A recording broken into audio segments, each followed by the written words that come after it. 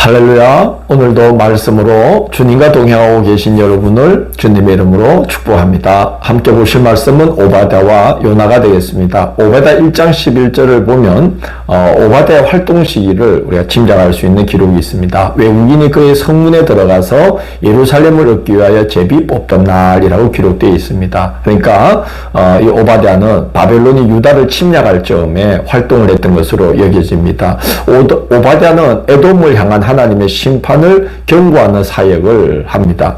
에돔에 하나님의 심판이 임하는 이유를 오바댜는 세 가지로 이제 말을 하죠. 첫째는 교만이라는 것입니다. 1장 3절을 보면 너의 교만이 너를 속였도다. 바위 틈에 거주하며 높은 곳에 사는 자여, 네가 마음에 이르기를 누가 능히 나를 땅에 끌어내리겠느냐 하니라고 이제 책망을 하죠. 높은 바위산으로 이렇게 둘러싸여 있는 고원지대의 그 안쪽에 에돔이 위치해 있었습니다. 그래서 외부의 침략이 거의 많지가 않았습니다. 그래서 그 마음이 그 지형적인 이점을 의지하고 교만해졌던 거죠. 두 번째는 지혜를 자랑하고 의지한 것을 책망합니다. 1장 8절 보면 그날에 내가 에돔에서 지혜 있는 자를 멸하며 라고 이제 말씀하죠. 에돔의 그 대만이라는 도시, 대만은 지혜자들이 모여들었던 일종의 대학 도시입니다. 욥을 위로하러 왔다가 욥과 논쟁을 벌였던 세 친구 중에 한 명인 엘리바스가 바로 이 대만 사람이죠. 그 다음에 세 번째는 1장 12절에 기록되어 있는데요. 형제 나라 유다가 패망하는 것을 보고 기뻐할 뿐만 아니라 약탈자의 대열에 참여했다는 것입니다. 그래서 그 대가를 치르게 될 건데 1장 9절을 보면 다 죽임을 당하여 멸절되리라. 1장 16절을 보면 본래 없던 것 같이 되리라. 18절을 보면 에서 족속에 남은 자가 없으리니 라고 경고를 하십니다. 이 경고대로 에돔은 정말 멸절되었는데요. 참 신기하게도 아주 어떻게 보면 대수롭지 않은 일로 그 쇠퇴기를 겪게 됩니다. 고대로부터 이 에돔은 그 남북을 가로지르는 무역로 곁에 있었습니다. 그래서 이제 그 관세를 받기도 하고 중개 무역을 하면서 많은 이익을 누렸던 그런 국가인데요. 근데 로마 제국이 제국 내의 각 도시에 군대를 급히 이동시키기 위해서 비아 아그나티아라는 그 고속도로를 이제 냈는데 그만 에돔을 우회해서 길을 낸 겁니다. 그래서 무역로 곁에 있어서 취했던 그 많은 이익들을 이제 잃게 되었죠.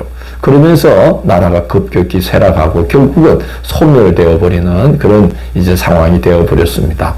그러나 하나님은 이스라엘은 그 사로잡혔던 자들이 돌아와서 나라의 경계가 확장되게 하시고 또 환난 중에 구원받은 자들이 시온산에 올라서 에스의 산을 심판하는 그런 자리에 서게 하신다. 결국 이스라엘을 높여주신다 하는 그 약속을 받습니다. 요나스는 이제 북이스라엘을 여로보암 2세가 다스릴 때 활동했던 선지자 요나에 의해 기록된 책입니다. 아수르의 수도 니느웨에 임할 하나님의 심판을 경고하라는 사명을 받습니다. 그러나 요나는 거부합니다.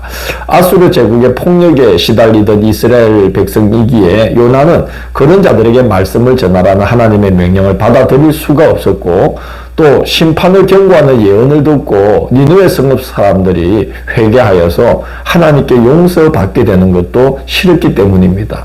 요나는 하나님의 명령을 정면으로 거부하고 정반대 방향인 다시스로 향합니다.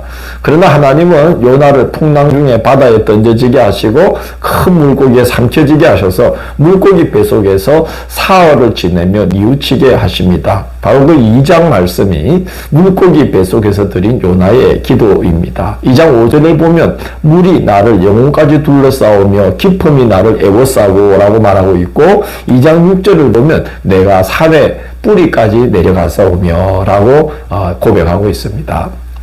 욥은 그 불가항력적인 권세로 자신을 내리눌러서 존재의 바닥까지 떨어지게 하시는 이 하나님과 맞닥뜨림으로써 비로소 회개하며 하나님의 뜻을 따르고자 하는 결단을 합니다. 2장 7절을 보면 내 영혼이 내 속에서 피곤할 때에 내가 여호와를 생각하였더니 라고 고백을 하고, 2장 9절을 보면 나의 서원을 주께 갚겠나이다 라고 이제 하나님 앞에 결단을 합니다. 그러자 하나님은 요나가 니느웨로 직행할 수 있는 길을 단번에 열어주십니다.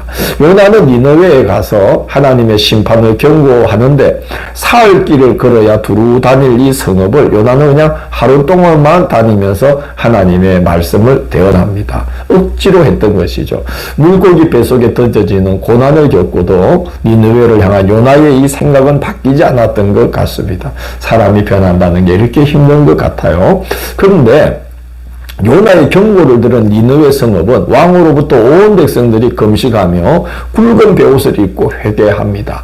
역사를 보면 이제 이때 아수르 제국은 기원전 765년과 763년에 연이어서 역병이 크게 돌았어요.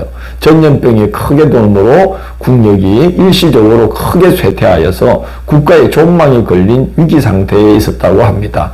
이제 말씀을 받아들일 준비가 되었던 것이죠. 회개하는 그 모습을 보시고 하나님께서 뜻을 돌이켜서 재앙을 내리지 않으십니다. 그런데 문제는 요나였던 거예요. 요나는 매우 신경질적인 반응을 보입니다. 4장 1절을 보면 요나가 매우 싫어하고 썩내며 라고 기록되어 있습니다. 요나는 선한 마음을 하나님께 퍼붓고는 내 생명을 거두소서, 사는 것보다 죽는 것이 더 낫겠습니다 하면서 하나님께 불평을 쏟아놓습니다. 마태복음 20장을 보면 예수님의 포도원 품꾼의 비유가 나옵니다.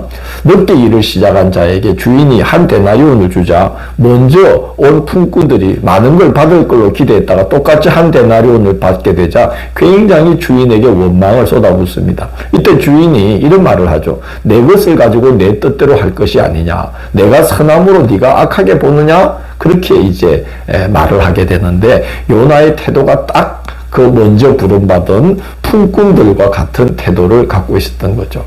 자, 이제 구원받아야 할 자는 악하기로 정평이나 니느웨 사람들이 아니라 하나님의 종이요 하나님의 성민이라고 자부하고 있는 이 요나가 바로 구원받을 자가 받아야만 될 자가 되고 만 것입니다.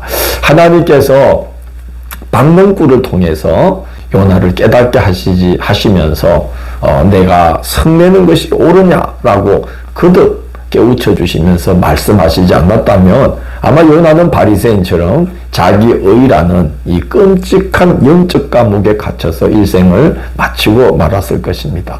4장 9절을 보면요, 내가 성내어 죽기까지 할지라도 옳으니이다라고 자기 의를 주장하며 고집을 꺾지 않는 모습을 보게 되는데 아마 평생 그렇게 살다가 죽고 말았을 거라고 생각합니다. 하나님은 선민의식과 자기의에 빠져서 니느웨 사람들을 멸시하고 죽어 마땅한 자들로 여겼던 요나를 니느웨로 보내시고 박능꾼을 통해 그 좁디 좁은 아집을 벗겨내시고 자기라는 지옥, 이 자라는 지옥에서 하나님은 요나를 구원해 주십니다.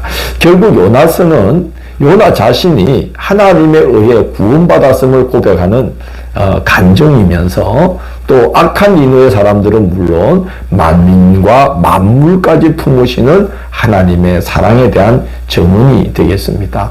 하나님의 걱정의 대상은 니느웨 사람들이 아니라 요나였던 것이죠. 그것처럼 마찬가지로 바로 이 요나, 우리 내가 하나님 앞에 정말 바로 서야 될 존재다.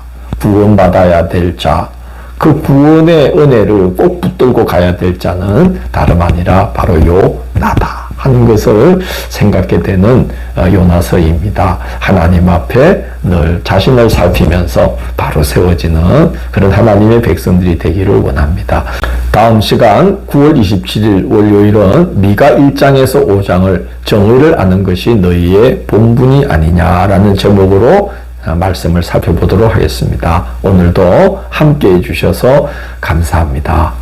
주님, 저희들을 말씀과 기도로 일깨워 주셔서 우리 자신을 살피게 하시고 우리가 자기 의에 빠져 살지 않도록 또 아집에 붙들려 살지 않도록 말씀과 기도로 늘 깨우쳐 주심이 감사합니다. 하루하루 매 순간 우리 자신을 살피며 또 하나님의 은혜를 갈망하며 하나님을 굳게 붙들고 하나님의 은총 아래에 살아갈 수 있는 자들로 늘 세워지도록 인도하여 주옵소서. 예수님 이름으로 기도드립니다. 아멘.